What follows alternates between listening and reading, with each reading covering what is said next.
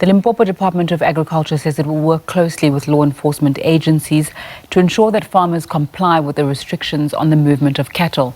That follows the decision by the Minister of Agriculture, Land Reform and Rural Development, Thoko Didiza, to suspend all movement of cattle in the country to curb the spread of foot and mouth disease. The country is experiencing outbreaks of the disease involving farms, feedlots and communal areas. The affected provinces include Limpopo, Gauteng, Mpumalanga, Northwest and the Free State. SABC News reporter Koketšo Motau has more. We are coming to you from the Department of Agriculture in Limpopo.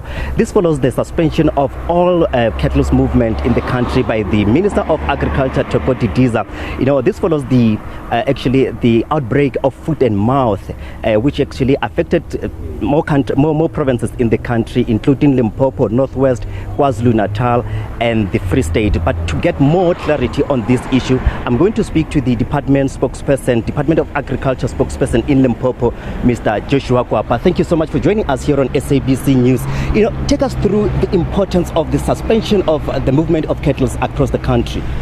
Well, I think you're correct to say the movement of animals has been restricted.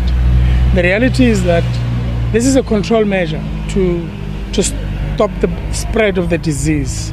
If in one area you were able to identify that there's foot and mouth in this area, what you do then is that you stop movement of animals. This is to ensure that you stop the spread and deal with the affected area through various means, vaccination and so on. And we think that the restriction of these animals by the minister will to a greater extent help us to deal with the disease in the province. And we think that we're on the right track. I mean, you would recall that the province was affected from January this year. The latest positive results were in April. We were one of the first to quarantine animals, to stop movement of animals, and that in itself has helped us to deal with the disease, and we think we're doing quite well at the moment. How bad is the outbreak in the province, particularly in the Vembe district, and what measures have you put in place to ensure that the farmers comply with this suspension? Well, as I said, from January this year, March and April, province was in a very bad state. But we worked with quite high speed to deal with the problem. One of the things we did was the vaccination of animals. In Thulamela alone, we vaccinated over 33,000 animals. In Mopani alone, we vaccinated over 16,000 animals. And we quarantined affected deep tanks. And the cooperation we received from your communal farmers, owners of stock, to a greater extent helped us to stabilize the situation. And one of the things we did is that we at strategic areas, we manned roadblocks, and that in itself helped us to ensure that the restriction of movement of animals it's adhered to. And we think that all those measures, coupled with the cooperation that we received from stock farmers, we did quite well. You spoke about vaccination. What are other support measures that you are actually providing to these affected farmers? Well, look, we've got the responsibility to do awareness, and we strengthened that part to go to the affected communities and do workshops, invite communal farmers who have stock, and they were able to come.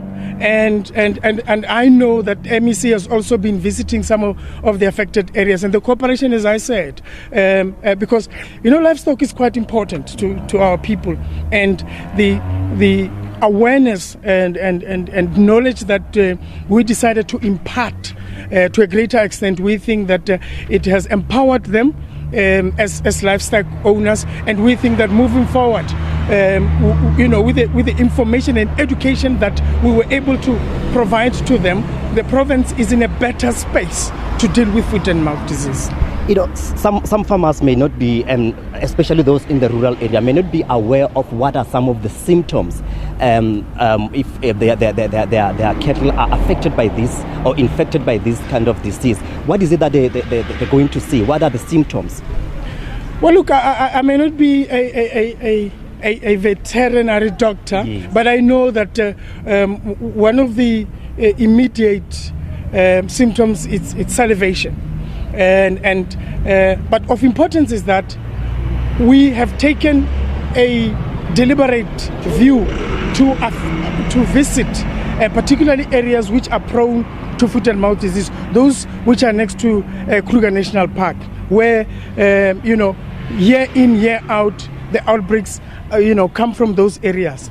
Our education is directed to those affected areas, and we believe that as much as we're not stopping, we're continuing. We believe that awareness that we have imparted is assisting them to be able to deal with immediate and visible signs as they appear on their individual lifestyle.